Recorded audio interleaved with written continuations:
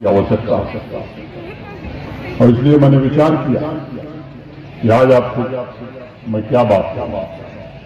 अटल जी का कहना था कि किसी भी व्यक्ति के लिए राष्ट्र सर्वोपरि होना चाहिए। भारत में रहने वाले सभी व्यक्ति चाहे जिस भी पंथ के हों, जिस भी भाषा के हों, जिस भी जाति के हों, किसी प्रदेश के हों, वह भारत के प्रति अनन्य और अविभाज्य निष्ठा रखें।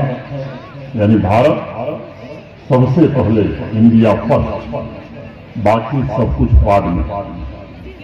कभी कभी स्वर्गीय अटल जी इस बात से दुखी रहते थे कि अनेक लोगों के लिए राष्ट्र बाद में आता है, और उन्होंने बिना लाग लपेट के इस बात को कहा भी कि संपूर्ण भारत के प्रति निष्ठा रखने वाले व्यक्तियों की संख्या उंगली पर गिनी जा सकती है।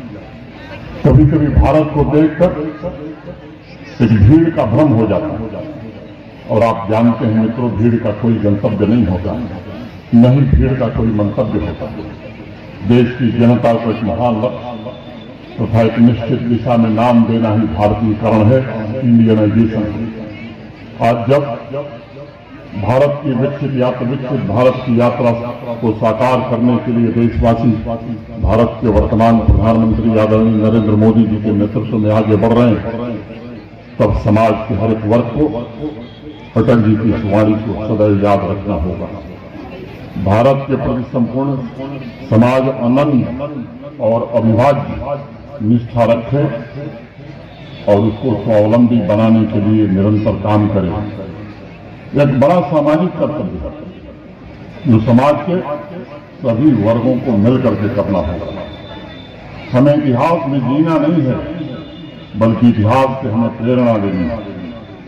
भारत एक समय था जब विश्व का सबसे शक्तिशाली, सबसे संपन्न राष्ट्र हुआ करता। आज इस बात की पुष्टि हो चुकी है कि भारत के पास जितनी धन दौलत थी, उतनी आज दुनिया के जो विकसित देश माने जाते हैं, इंग्लैंड हो, अमेरिका हो, जापान हो, जर्मनी हो, कनाडा हो, या पश्चिमी देशों को मिलाकर भी अगर हम देखते हैं तो भारत इतनी समृद्धि और ताकत उनके पास नहीं है।